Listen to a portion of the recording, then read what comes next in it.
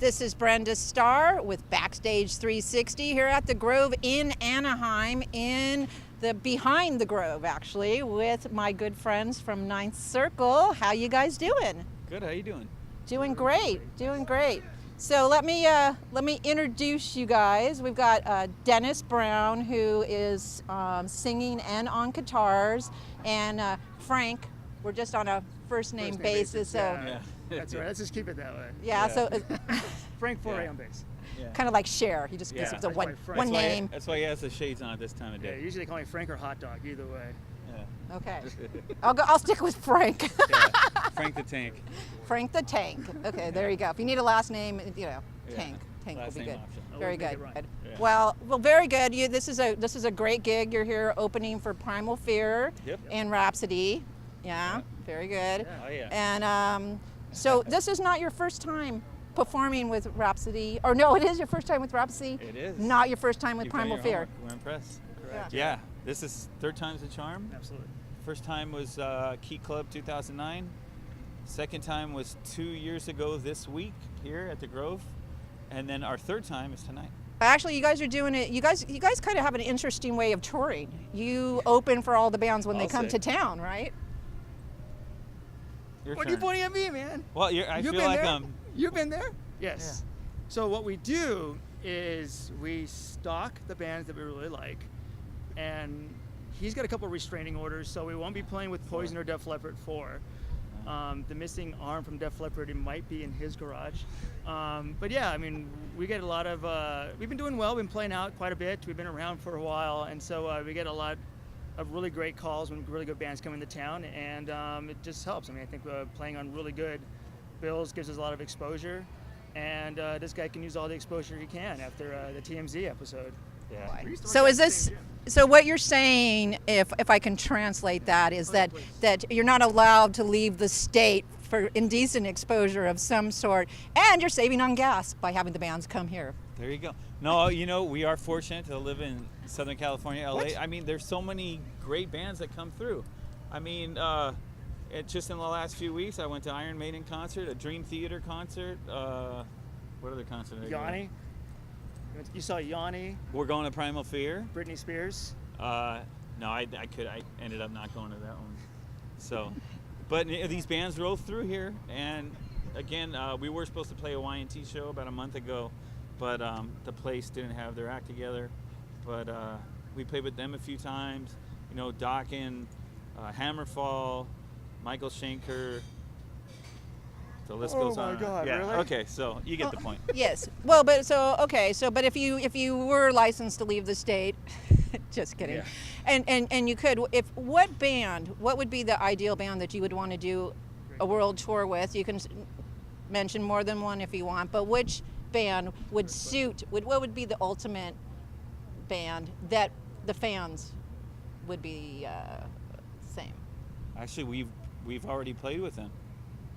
But I think we'd want to play with him again Do you know what he's going to say? at the Whiskey. Oh, he's giving clues. I like how you're testing me. Yeah. Hey, sit down, no, Waldo. I know exactly what you're saying. I'd say it'd be Riot. Yeah. Yeah. Right. Okay, We good. like everything to get quiet.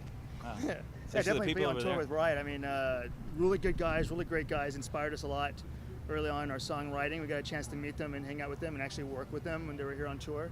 And love everything about their style of music, their writing. They're just great regular guys, and I think it'd be a really good bill. I mean, we'd learn a lot from them, and it'd just be awesome to watch Riot every night.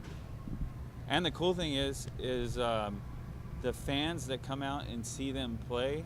I mean, they may not play like the LA Forum or the Grove, but wherever they play, they pack them in, and every person in that crowd is totally into that band. Yeah, I mean, we had a really great experience when we played with them last year at the Whiskey. we share some fans in Japan, and this girl from Japan came all the way out because the double bill was 2 bands that she really liked. It was us and Riot, and she came all the way out from Japan. Hi, Michio. She came all the way out from Japan to see us, and then flew back the next day. So, really impressive. See, like I said, you work it backwards. Yeah. Make them all come to you. Very good. But right. you know, seriously, the album. So this is your latest one, right? Legions of the Brave. Absolutely. It is fantastic. Not a bad song on you. it. Really, Get that really, envelope out. really great. Yeah.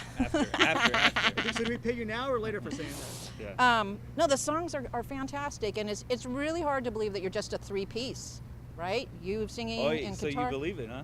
Okay, so out of all, well, okay, so let's talk about the songs. Yeah. The songs are great. They're very well done, very creatively written, just wonderful lyrics. What's the songwriting process like for you guys? And you're gonna look at me. So generally, I'm almost writing like all the time, and he is a much better musician by far than I am. So early on, in our teens, high school, college, he could replicate anything early on. So he was playing Van Halen, Racer X, Yngwie Malmsteen, and I couldn't keep up. So what satisfied me was just writing my own material. Then what I realized is it's sort of like Bernie Taupin and Elton John. I actually write for him. So I end up, a good percentage of the music I end up writing, and then I show it to him, and he goes, that sucks. So I go back and I woodshed it some more, and then he goes, So he plays it, and it sounds 1,000 times better. So it's a good, really good working relationship. And then sometimes he'll write stuff. That's a wrong qualification. He'll write stuff and show it to me, and then just the really good partnership there is I can actually take his thoughts, which are generally, and you won't disagree with me here, All over the place. exactly, they're scattered, Yep. Mr. ADHD. Yep. They're .com. scattered, and I can take his ideas and then within 5-10 minutes piece stuff together. And actually tonight we're playing a brand new song, the opening song tonight, which was something he came over to my place. He had a couple ideas, and within 15 minutes we had the song laid out from his ideas, and then we had a melody, and I went out, wrote the lyrics, and then the next week we had a complete song.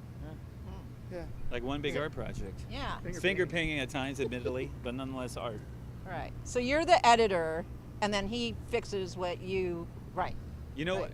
an interesting thing is if he writes something, talking with me. And you play it beautifully. No, if he writes something and I think Handsomely. it doesn't fit in with the group of songs we've been writing or whatever, I'll throw in some of our signature things that we like to do. We call it, I'll ninth circleize it. It's not saying circumcise it. Yeah, ninth circumcise. No, that's what you do. No, but it's a yin and yang thing. I mean, he has more ideas. I think I have less ideas, but the ideas I have, they're all scrambled all over the place. He's better at just saying, hey, Dennis, okay, what do you want to do with this song? And then we piece it together just how he just explained. But he always brings quality, so I'm quantity and he's quality. Yeah. So and then like I Remember said, that, fans. Yeah. Do you have many guitars or just a few favorites? Oh, I play Ibanez exclusively. Ibanez, hear that? I want my endorsement. No, seriously, I love Ibanez guitars. I just love how smooth they play, and they have a decent look too. I mean, a guitar can play as smooth as you want it, but if it looks, looks crappy, I like the Ibanez RG series guitar. It fits perfectly with our type of music and me playing guitar. Very good. And your instrument of choice is? Fender P basses. Fender basses. Yeah. So yeah, all I play is Fender basses. So I have this one I retired from the road. It was a hot pink Fender jazz bass special made in Japan. It's on every record. I record with that one all the time. It sounds like a piano. I just don't bring it out. But I love that it's hot pink because it just confuses people. Yeah. I just learned something new too. I didn't know he actually retired that from the road. Wow, this is like a big thing. Yeah. You didn't make it. You didn't do a had write-up or anything. No, we had the retirement ceremony. We had. I wasn't invited. See, that's how the yin and the yang thing. Yeah. No, not after last time.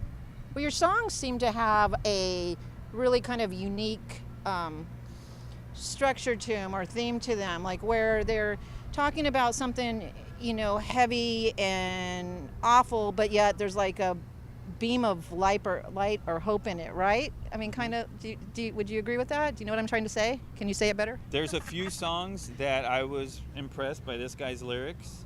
and the little spin that he put on. Two in particular are Living on the Sun and In Evil We Trust. And right off the bat, In Evil We Trust, that obviously gets people's attention. But tell them what those two songs are about. Sure. I couldn't write stuff like that. Yeah, generally, I'll go high level, and then I'll talk about those two songs. Generally, I like writing about powerful things, and that always influences me. Just think about like the human spirit and what the human can do. And you think about from the time of the caveman to where we are today with microphones and iPhones and these cameras, and what you can do today. The human mind is endless with opportunities, and so I like writing about powerful things. The other thing I like writing about is just personal experiences and experiences I think that translate to other people that they have. So like Living on the Sun is, I went through a situation. I'm sure everybody loves to go to work every day and get up early and loves their boss sitting on their neck, right, and asking for, hey, where's this project, where's that project? And yeah, everybody loves those conditions, right? And so I think there's just interesting pieces in that song that just speak to just really bad situations where people can get easily confused in how people manipulate language. And so that song is really about the manipulation of the manipulation of people through the manipulation of language. So that's that song. And there's a bunch of our producer at the time was like, hey, you know what? Let's drop this in there. And he found that George Bush quote, as I don't fool me once, shame on you, fool me twice. Are you gonna get it right? Don't get fooled again or whatever. Yeah. So we tied in a couple of quotes in there just to kind of make that song a little bit more powerful. As far as In Evil We Trust, we fought a little tooth and nail about. I wanted to name the album In Evil We Trust. I wanted to kind of go that Number the Beast route, and good old Mr. Goody Two Shoes here was like, no, that isn't. No, you my mom's not gonna like that. Yeah. So his mom picks up all the. She actually decides on the album titles, gives it the thumbs up, downs, or negative. But that song is really just about someone just giving into their dark side, and there's just no coming back from the decisions that you make. Yeah, there's a lot of good songs. I urge everyone to check it out. One of my favorites is Grinding the Bastards Down. That's a killer song, you know. So much. So let's tell people where they can find out, where they can pick up the album, where they can find out more, where they can follow and find out where the next show is. ninthcircle.us is the hub. That's our major website. And then, of course, you get to us through Facebook, facebook.com/ninthcircleworld. We're on Reverb Nation, Ninth Circle World. We're on Twitter. Ninth Circle World. Ninth Circle World. I still don't even know how to use Twitter. It's also on the record label. Oh, yeah. And tell them what you just said. You can also pick No secrets. You can also pick it up from Pure Steel Records from Germany as well. That's our record label out in Germany, so you can get it straight from them as well. Very good. All right, and there you have it, straight from the Grove. This is Brenda Starr with Frank and Dennis Brown of Ninth Circle saying, get to a show, buy the album, see you soon.